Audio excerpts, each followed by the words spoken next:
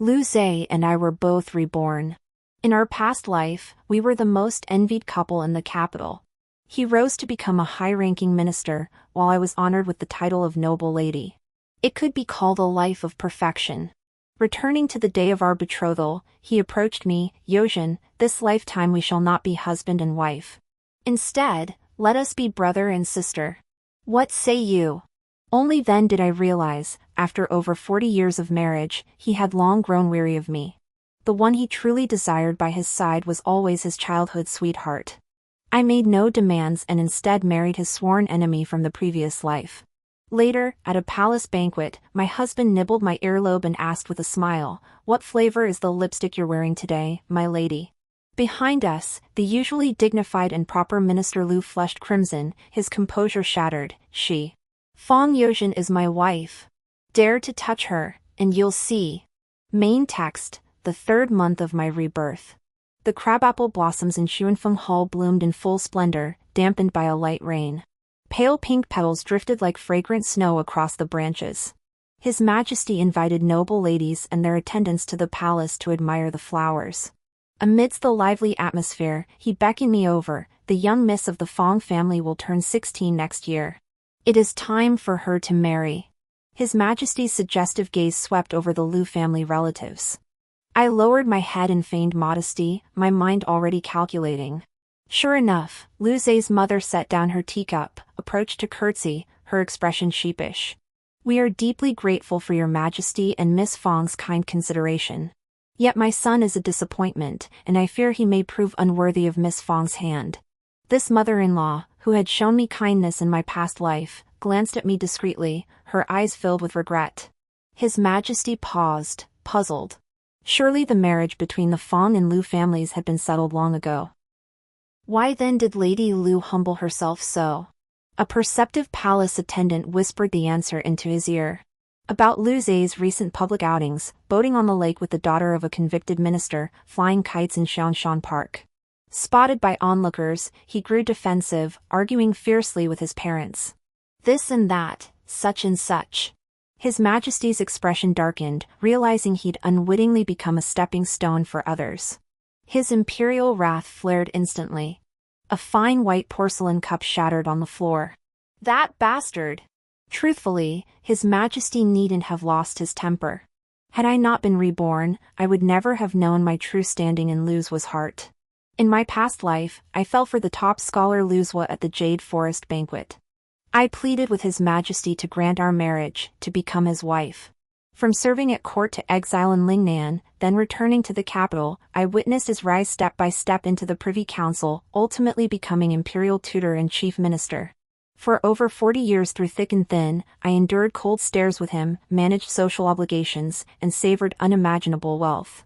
He never took a concubine, securing for me the highest rank of noble consort. All across the capital, they hailed us as a divine couple, destined for eternal bliss. Even I believed it to be so. Thus, after passing away peacefully and resting together in the same tomb, when I opened my eyes again, I found myself back in the year I turned 16. My first thought was to seek out Lu Zhu. Little did I know, he too had been reborn, and he came searching for me. "Youzhen, how have you been these past days?" Beneath the apricot tree in the Fong residence's rear courtyard, blossoms drifted softly, blanketing his shoulders. He wore a slightly worn robe in the color of a sky after rain, his eyes and brows as clear and moist as ever. "I'm very well." I lowered my head shyly, unable to tell him. Since my rebirth, I'd longed for him intensely, thinking only of marrying him quickly. Youzhen seemed to exhale in relief, his youthful voice tinged with deliberate flattery. "Youzhen, I've pondered this long. In our past life, we were husband and wife, growing old together. That was truly wonderful." He paused, his gaze sweeping past my flushed cheeks to the drifting petals. "But in this life, having been granted a second chance by heaven, perhaps we could try a different kind of bond." I froze slightly, hearing only the tenderness in his voice. This time, instead of husband and wife, what if we were brother and sister? The wind suddenly grew fierce, stripping the tree of its last crimson blossoms. Petals fluttered against his brow and blurred my own vision. Brother and sister. The Liu before me felt so unfamiliar I scarcely recognized him, and my heart felt suffocated.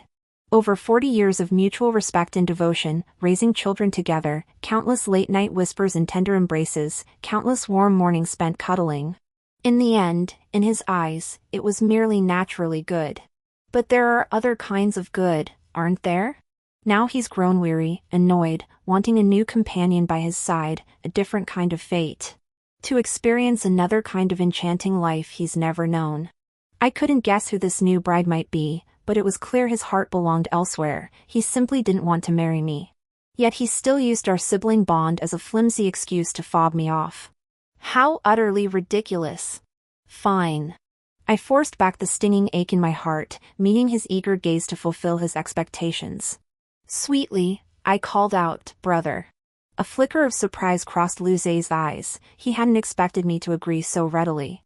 But rest assured, even as mere siblings, I'll protect you for the rest of my life. I'll find you another match. I couldn't bear his hypocrisy any longer and cut him off. It's unnecessary, brother. A daughter of the Fong family needn't worry about marriage. My betrothal is the emperor's decision alone. Liu choked on his words, his past life's habit prompting him to try coaxing me further. A lump rose in my throat, stuck halfway. I shook off his hand and walked away. Back home, I locked myself in my bedroom, chewing over the words brother and sister over and over. I never saw Liu again. Over the next 3 months, Liu collaborated with the censorate to impeach Prince Qi for hoarding forbidden weapons. The emperor, ever suspicious, immediately raided the prince's residence. Beyond the weapons, they uncovered irrefutable evidence of collusion with rebel factions, sentencing the entire clan to exile.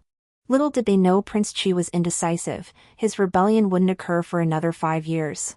It was I who detected the signs while navigating the women's quarters, warned him, and paved his path to the chancellorship. Scholar Liu, you handled this matter well. I shall reward you handsomely. In the grand hall, Liu bowed deeply.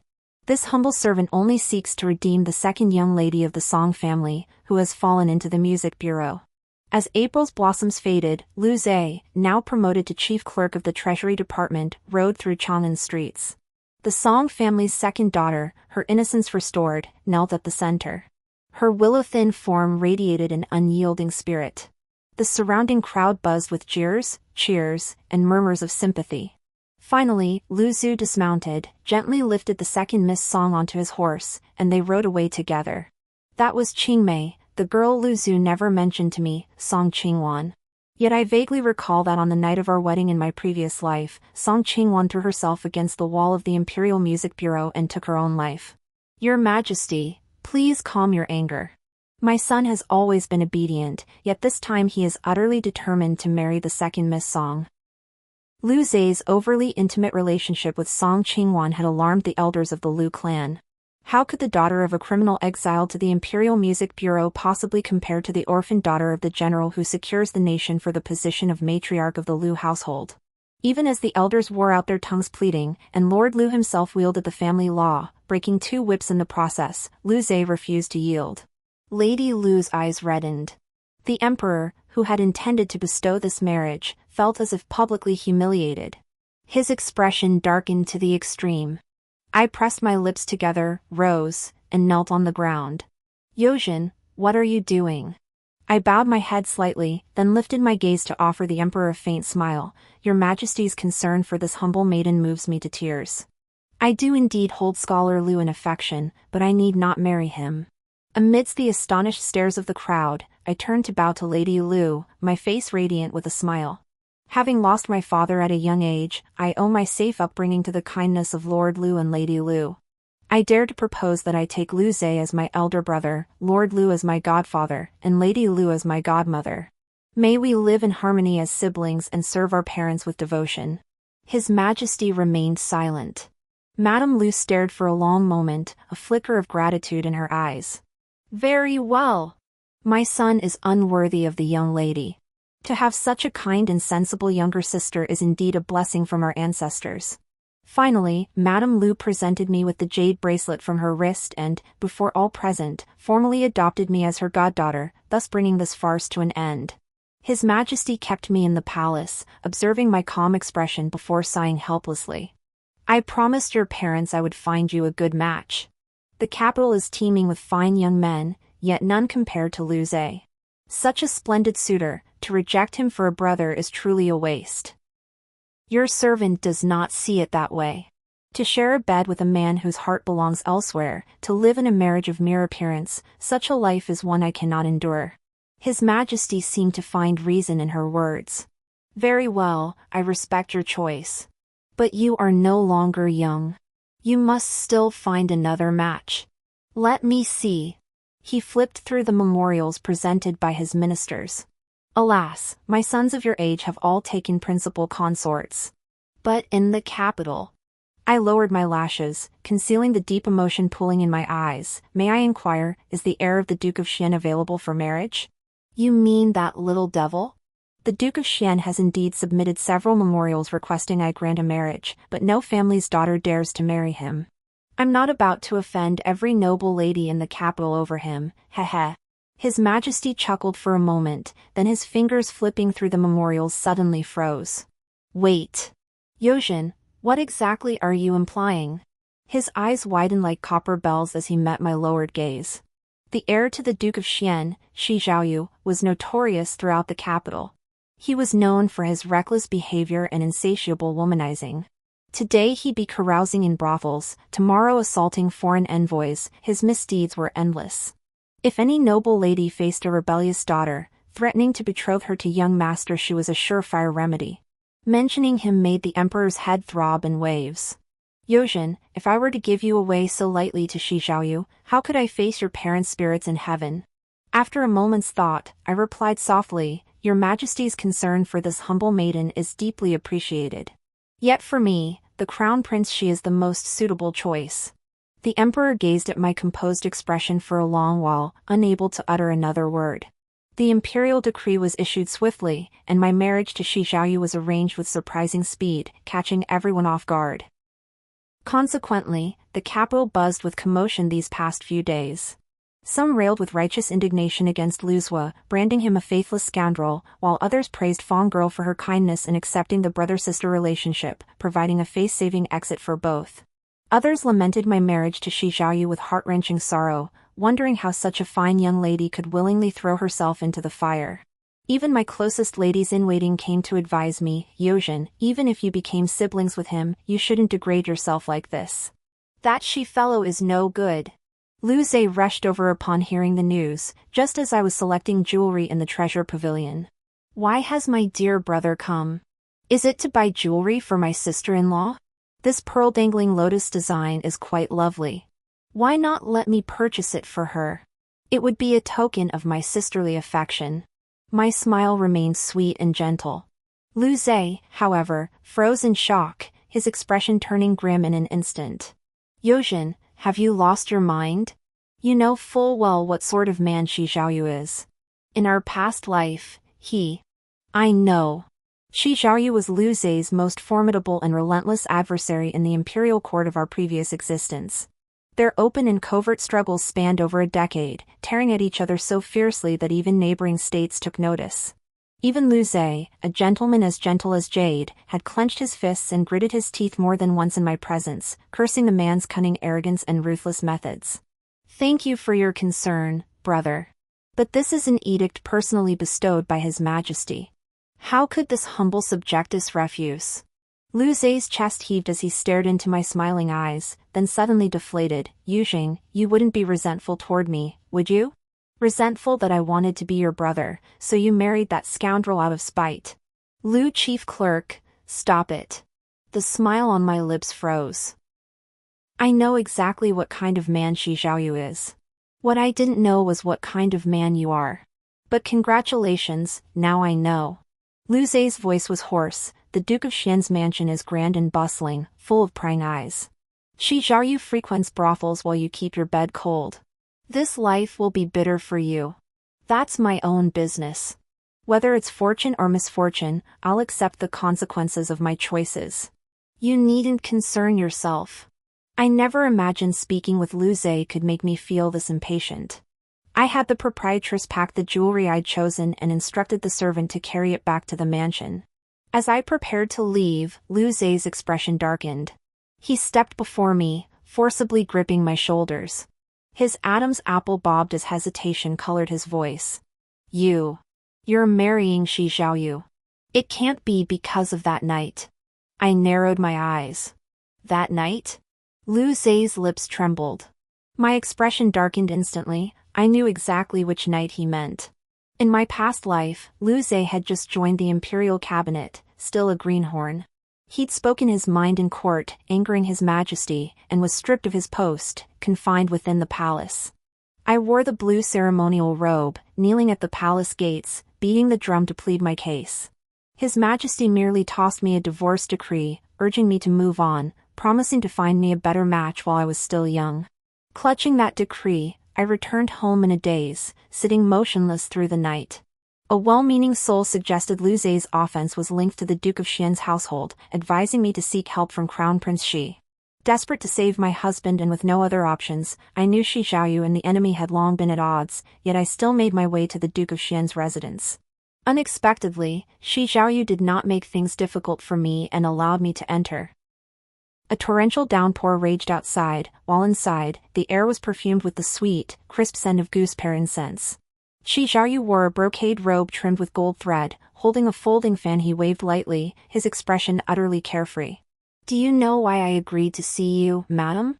I was puzzled. His smile was wickedly cruel, because His Majesty said you're divorcing Liu Zhe. "I'm waiting to take your place." My heart jolted violently. I yanked out a hairpin and pressed it against my chin, vowing never to yield. Shi Xiaoyu flicked his fan, knocking the pin from my hand. He gave me a non-committal glance. "Enough. I won't tease you. Just say what you need." I hadn't returned to the Duke of Xian's residence all night. The next morning, Liu Zhe was released from the palace and returned home, his official position restored. Back then, they all said Liu Zhe, was blinded by greed and ambition, that I'd even sacrificed my first wife to my political rivals to climb higher. But I trusted you, so I never asked. I feared it would hurt you. Yet you were willing to marry such a scoundrel. I couldn't help but be suspicious. My body trembled uncontrollably. Liu Zhu. Seeing the bloodshot veins in my eyes, Liu Zhu's heart softened, and he tried to offer comfort. The next moment, a solid slap landed squarely on his face. Liu Zhu and I had always maintained a polite distance, never raising a hand against each other. I must admit, this blow felt incredibly satisfying. The humiliation and resentment buried deep within me vanished in an instant. "Brother." I loosened my grip, my smile as warm as a spring breeze. "Be sure to attend my wedding banquet." Finally, a servant from the Liu residence arrived with news. Song Qingwan had eaten a bowl of sweetened milk curd that morning and was now suffering from unbearable abdominal pain by noon. She wished for her husband to return and see to her. Liu Zhu ceased his entanglements with me and staggered away. I knew he wouldn't come looking for me again anytime soon. The Duke of Xuannuo's household had long fretted over their son's marriage. Securing a bride like me, a girl praised throughout the capital, had them setting off firecrackers at home for days. Yet rumors spread that Shi Xiaoyu, still unwilling to settle down, hid beneath his quilts to evade the imperial decree. Only after His Majesty personally reprimanded him did he grudgingly accept his fate. The Shi family's betrothal gifts piled high in the Fong residence courtyard. I opened a few boxes at random. Jewels, silk robes, and brocades filled my eyes.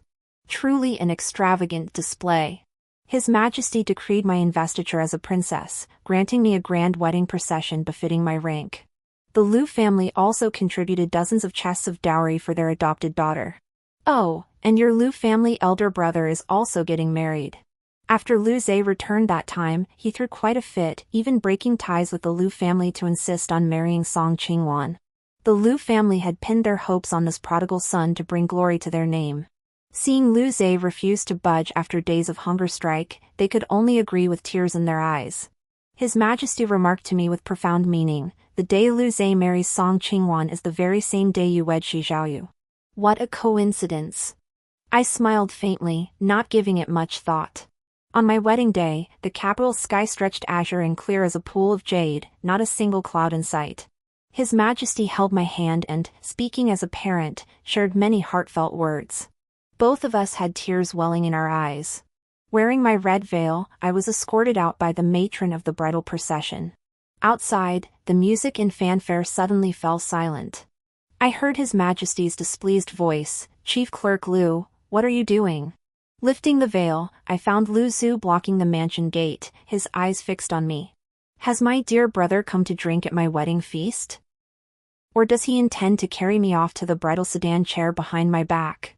Seeing Lu Zhu dressed in his own resplendent wedding robes, I paused thoughtfully. Still, today is also your joyous day, brother. I offer my congratulations here. You should hurry back to the ceremony hall, don't keep your bride waiting. Lu Zhe pressed his lips together, a trace of undeniable sorrow flickering in his eyes. Youzhen, have I done something wrong? Done something wrong? In my memory, Lu Zhe had always been gentle as jade, proper and upright, the very model of a noble young master. How could he have done something wrong? Even if he had, it would only be because he'd unwittingly crossed those in power, forced into it against his will. Though I'd fallen for Lu Zhe at first sight, I knew forcing things wouldn't bring happiness. So I called him outside to ask his true feelings. Young Master Liu, may I ask if you have a lady in your heart? Under the gentle rain of apricot blossoms, Lu Zhe gave a slight nod. Not at present. Joy flashed across my face. Then, young Master Liu, what do you think of me? If I were to request the Emperor's permission for marriage, would you accept? This time, Lu Zhe remained silent for a long while. So long that fallen blossoms stained my robe before he finally nodded slowly. To marry Miss Fong would be the honor of this humble Liu. I still recall our wedding night. My menstruation arrived unexpectedly. Just as I felt ashamed, Lu Zhe showed no reproach. He brewed brown sugar water for me and laid softer bedding. Since you are already my wife, there's no need to rush this matter. He tucked the corner of my quilt around me, then carried me off to sleep in the study. I was deeply moved, thinking to myself how fortunate I was to have married such a good husband. But how could I have forgotten that very night was the moment Song Qingwan met her end at the Imperial Music Bureau? The auspicious hour has arrived. Before me lay a riot of vibrant red. The wedding mistress urged me into the palanquin. The Duke of Xian's wedding procession awaited. I concealed the moisture in my eyes, lifting my lips in a radiant smile for Lu Zhe. Lu Zhe, you did nothing wrong. You simply do not love me. Lu Zhe's body swayed unsteadily. A scalding tear rolled from his eye, staining my wedding gown. A torrential red rain poured from the sky. Music and song filled the air, the noise reaching a fever pitch. Farewell, Lu Zhe. I wish you fulfillment in this life, to grow old with your cinnabar mole. Lu Zhe wiped his face, turning back with an almost despairing expression. His slender silhouette vanished into the bustling street. I, too, must depart. The wedding sedan arrived at the Duke of Xian's mansion. It was the most ordinary of rituals, one I'd experienced before in my past life and knew intimately. On the wedding night, I sat solemnly upon the bed, wearing the heavy phoenix crown, my heart inexplicably racing with anxiety. The door swung open. Shi Zhaoyu kicked it shut with a kick, lifted my veil, and appraised me with a gaze that was blunt and sharp, laced with undisguised mockery. Well, isn't this the renowned young miss of the Fong family from the capital? How did she end up in my hands? Shi Zhaoyu's reputation in the capital was utterly dreadful. Yet even his most bitter political enemies couldn't help but admire his striking appearance, unparalleled in beauty, a rarity in this world. Dressed in a crimson wedding robe that made his complexion glow like jade, his mesmerizing almond-shaped eyes held a faint smile as they met mine. Shi Zhaoyu sprawled casually on the bed, grabbing an orange and biting into it. I removed my phoenix crown and shed the heavy bridal gown. Meeting his smiling eyes, I lowered mine in embarrassment. Quite proactive, aren't you? Though I hear you were once betrothed to that bookworm Lu Zhe, then later sworn as siblings before the imperial court. Truly, scholars know how to play games. Shi Zhaoyu curved his lips into a smile, leaning closer to whisper hot breath against my ear, but you know, a hypocrite like Lu Zhe isn't worth keeping. Follow this prince instead, I guarantee I'll be far more interesting than him. His breath brushed my earlobe, scorching hot. Before I could react, Shi Zhaoyu's thin, red lips pressed against mine. The tangy sweet taste of oranges spread, tangling with my tongue and pulling me into the crimson silk canopy. Your Highness! Shi Zhaoyu was a man utterly unlike Lu Zhu. Lu Zhe was like a cloud, soft and fluffy, gentle to an unreal degree even in the bedroom. But Shi Zhaoyu was like a blazing fire, fiercely engulfing you, burning your very insides without a care. I truly couldn't handle it, pushing against his chest. But he wouldn't relent, pinching my chin and smearing my lipstick all over my face with his kisses. My lady, a moment of spring night is worth 1,000 pieces of gold. Let's not waste it. The crimson silk canopy swayed, then gradually steadied. Lying on the bed, I stared at the embroidered phoenix and peonies on the canopy, a strange thought creeping into my mind. Shi Zhaoyu was known for his countless conquests, who in the world of romance hadn't heard his name. So why just now? Your Highness, shouldn't you be the one who's been through 1,000 flowers? Why just now? So quickly? Shi Zhaoyu, who had been passionately kissing my shoulder, stiffened completely. You. Shi Zhaoyu's ears flushed crimson, his teeth gleaming white as he sank his bite into my neck. Shut your mouth. Shi Zhaoyu's mother had passed away early, and the Duchess, his stepmother, was a kind and gentle woman. She exempted me from the formal morning and evening visits, allowing me to pray daily. In her free time, she would pull me aside for casual chats.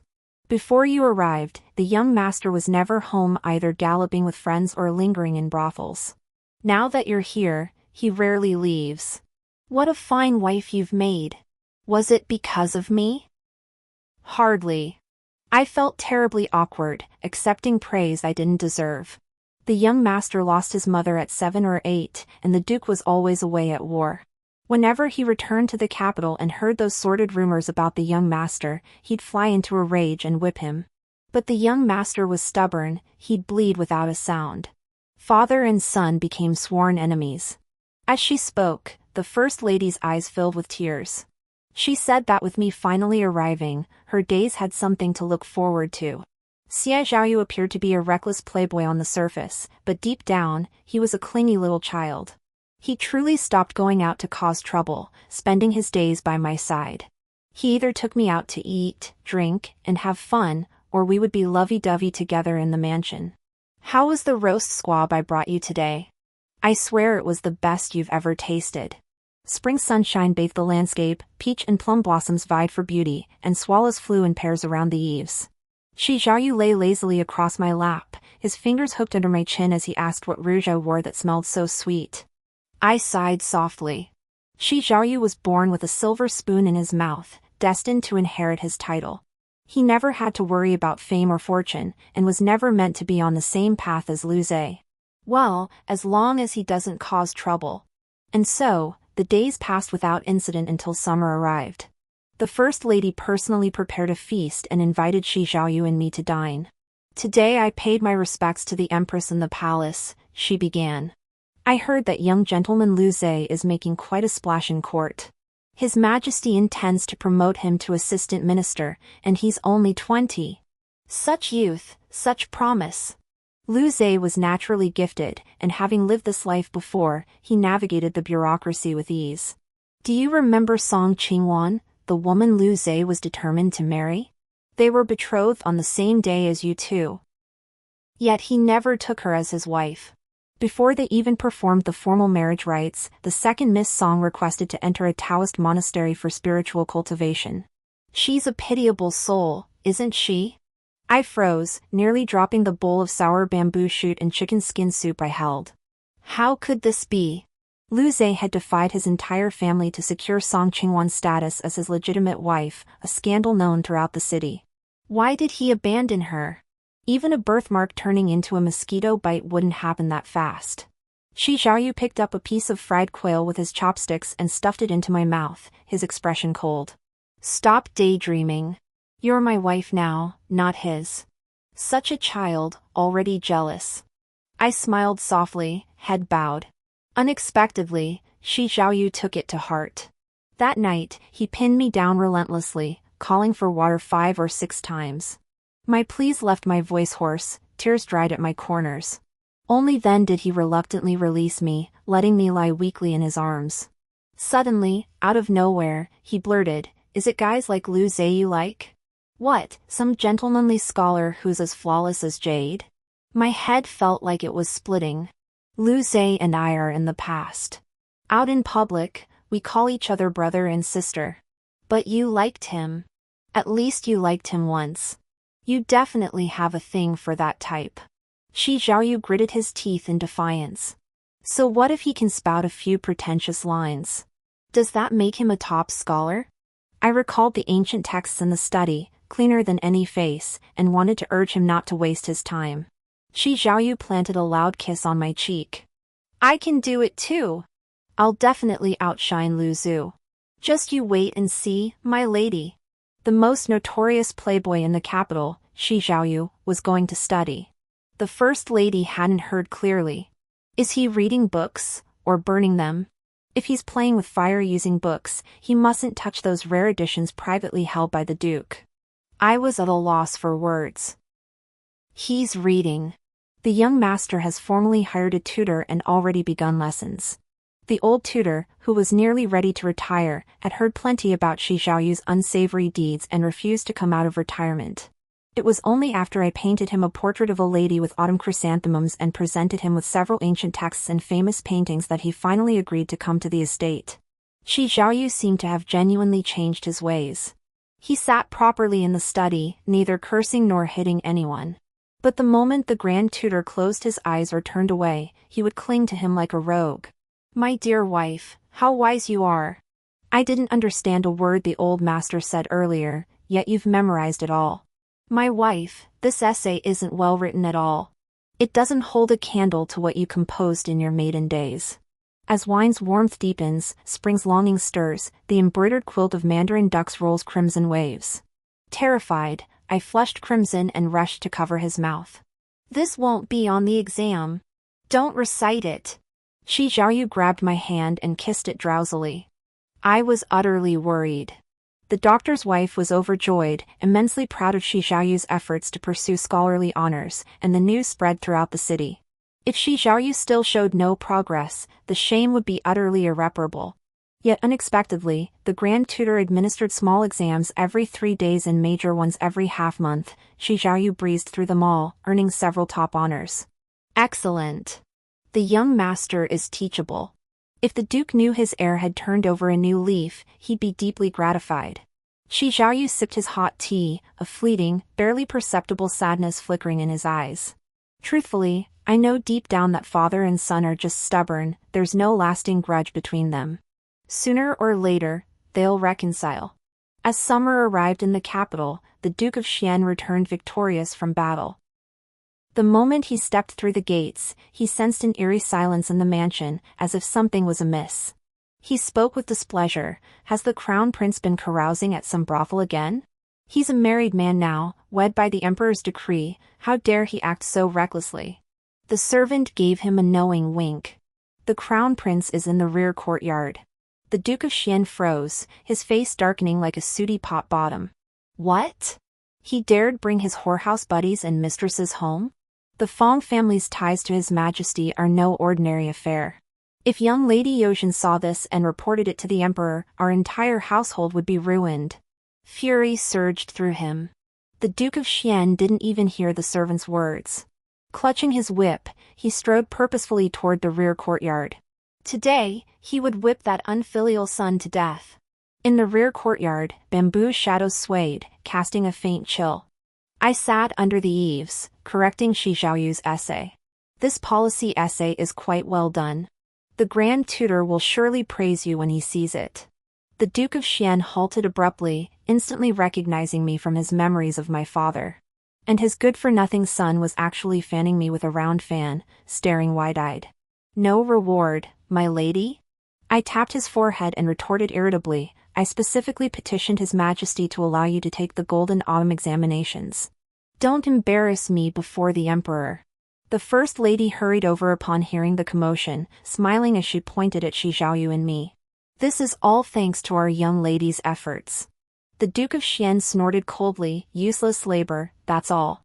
Yet as soon as he turned, he carried lavish gifts to pay respects to the Grand Tutor, showering him with gratitude. Father and son now crossed paths constantly within the manor. Though the tension wasn't as palpable as before, their interactions remained cool and distant. Believing the Duke looked down on him, Shi Xiaoyu steeled his resolve. Within months, his progress was astonishing. Even the Grand Tutor marveled at his rapid advancement. When the leaves of the capital turned crimson under the frosty moonlight, Xia Xiaoyu's results from the autumn examinations were announced. 5 candidates were admitted, and he secured the 5th and final spot. The Duke of Xian was overjoyed, boasting to everyone he met at court about his exceptionally talented son. Upon returning home, he summoned Xia Xiaoyu to his study, where they conversed through the night. When they emerged, both father and son had tears in their eyes. Yet they both knew that from that day forward, no rift would ever divide the Duke of Xian's household again. The First Lady, deeply moved by their reconciliation, pulled me aside. "Youzhen, I shouldn't be saying this, but you know how a woman like me can't keep her thoughts bottled up." She lowered her voice. Truthfully, the Crown Prince excelled in every subject except his policy essay, which received a D grade. He nearly failed to pass. How could that be? I couldn't believe it. Policy essays were Shi Xiaoyu's forte. Even if he'd underperformed, a D grade seemed impossible. It might be because the essay examiner was Lu Zhu. He's from the Ministry of Revenue. For some reason, he volunteered to serve as examiner. Lu Zhu had already been promoted to Vice Minister of Revenue, commanding unparalleled influence in court. The Ministry of Rights surely dared not refuse. After hearing this, I lowered my head and remained silent for a long while. It wasn't until the Mid-Autumn Festival that His Majesty invited the Duke of Xian and his family to the palace banquet. The emperor intended to foster camaraderie among his ministers, so most attendees were officials and their female relatives. Lu Zhu occupied the foremost seat among the civil officials, his brand-new official robe accentuating his refined, upright bearing. He appeared to be conversing with a colleague beside him, a gentle smile playing at the corners of his mouth. Yet his gaze swept past the gracefully dancing palace maids, landing squarely and unmistakably upon my face. Whether it was the intoxicating osmanthus wine at the banquet or Lu Zhu's overly bold gaze fixed upon me, my whole body grew warm. I dabbed at the sweat beading on my temples with a silk handkerchief. "My lady, are you feeling tipsy? Shall I take you somewhere to sober up?" Shi Xiaoyu smiled warmly as he took my hand and slipped quietly away from behind the screen. Lu Zhu, who had been watching me, paled slightly and set down his wine cup. The moon hung high in the sky, bathing the night in soft light. Most of the palace attendants had gone to serve in the gardens. Xia Xiaoyu, perhaps urged on by someone, had drunk several extra cups, a faint flush coloring his eyelids. He suddenly drew near, the sweet scent of osmanthus wine enveloping me. "My lady." Shi Xiaoyu's voice was hushed, tinged with drunken hoarseness. "The color of your lipstick today is quite unique. What flavor is it? Let your husband taste it." His warm breath brushed my lips. Nervously, I pushed against his chest, but he effortlessly captured both my wrists. His smile was wicked beyond belief. "How dare you? This is the inner palace. Who cares where we are? When I'm intimate with my wife, do I need to worry about such things? Stop. Shi Xiaoyu, you're mad." When Lu Zhu hurried over, he saw me being held and kissed by Shi Xiaoyu. In an instant, the gentle mask on Lu Zhu's face shattered completely. "She! Release her! How dare you behave so insolently within the palace walls?" Lu Zhu's chest heaved violently, his face flushed crimson. Shi Xiaoyu paused, momentarily startled, then found himself amused. He slowly released his grip on my face, shielding the startled me behind him. His drunken eyes glanced sideways at Lu Zhu, who had completely lost his composure. His tone was lazy, dripping with provocation. Well, isn't this the newly appointed Minister Lu? What's this little charade you're putting on?" Lu Zhu's face turned from crimson to pale, then back to crimson again, a truly spectacular display. "Youzhen, Shi Xiaoyu is truly insolent. Come to me first. Let me protect you, will you?"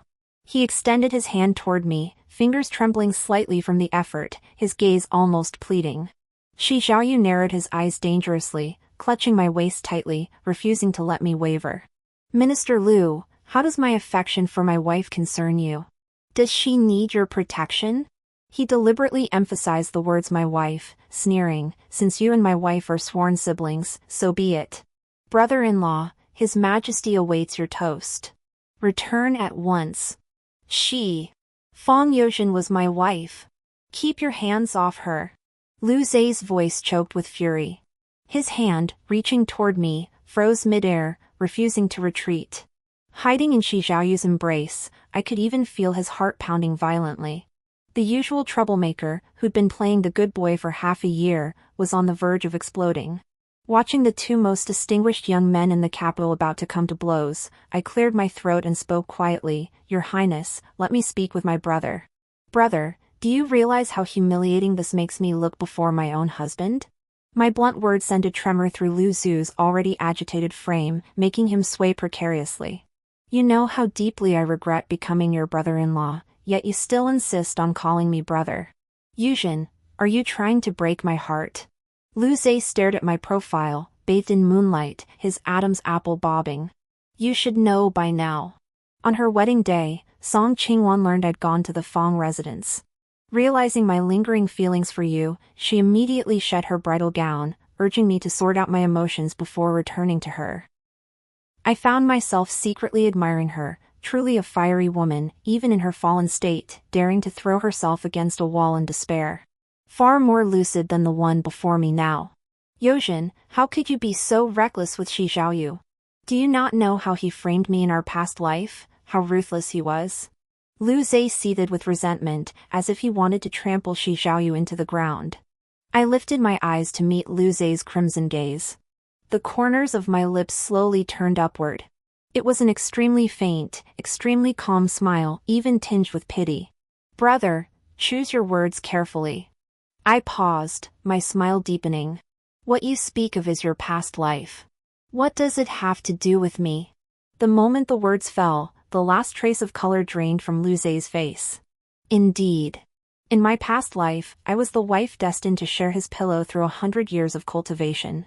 But in this life, I am no longer that.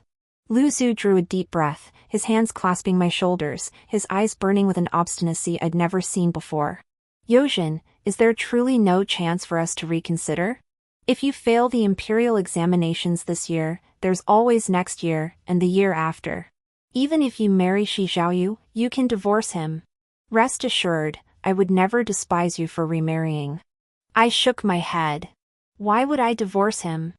I've never once considered it. Lu Zai couldn't believe it. No way, Youzhen. Could it be you've fallen for Shi Zhaoyu? That good for nothing?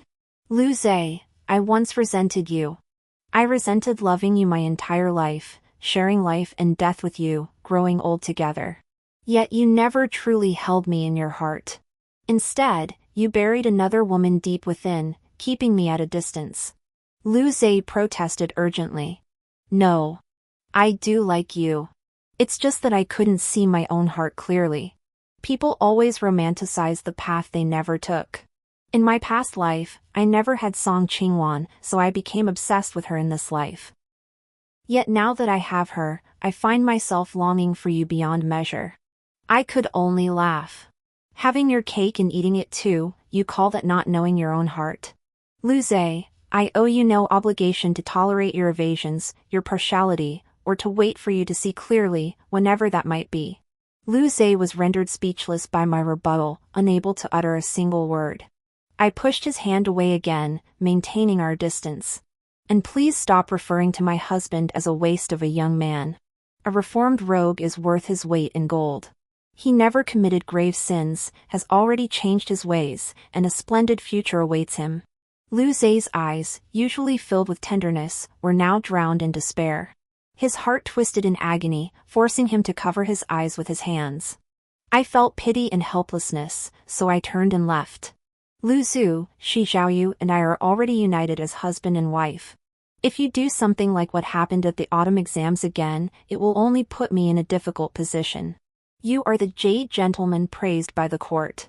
Please do not tarnish your own reputation for personal gain. When I returned to the Duke's residence, the First Lady intercepted me on the way. My dear, I saw the crown prince return looking terribly distressed, ignoring even his own father. Surely you two haven't quarreled? I glanced at the brightly lit study and reassured the first lady that all was well between us. My dear, the young master has long harbored feelings for you. The day he learned of the emperor's betrothal decree, his smile stretched nearly to the back of his head. He pretended to be aggrieved and reluctant to marry, but in truth, he spent the entire night laughing beneath his covers. Pushing open the door, I found Shi Xiaoyu slumped over the desk where I often corrected his essays, his expression blank. I knew it, just throwing another childish tantrum. Just as I pondered how to broach the subject, Shi Xiaoyu pushed a plate of lotus seed pastries toward me, snorting coldly through his nose. You've been talking with your brother for so long, you must be tired and hungry. These are sweets I snuck from the banquet, your midnight snack. The thick jealousy in his voice could have been enough for the grand lady to dip 2 large platters of dumplings in. I chuckled softly, raising my hand to gently stroke the top of his head. I stopped liking Liu Ze long ago. I want to explain everything about my past with him to you. Shi Xiaoyu's lips twitched, struggling to conceal the wild joy in his eyes. Go ahead. I'm listening. The following spring, Shi Xiaoyu took the imperial examinations.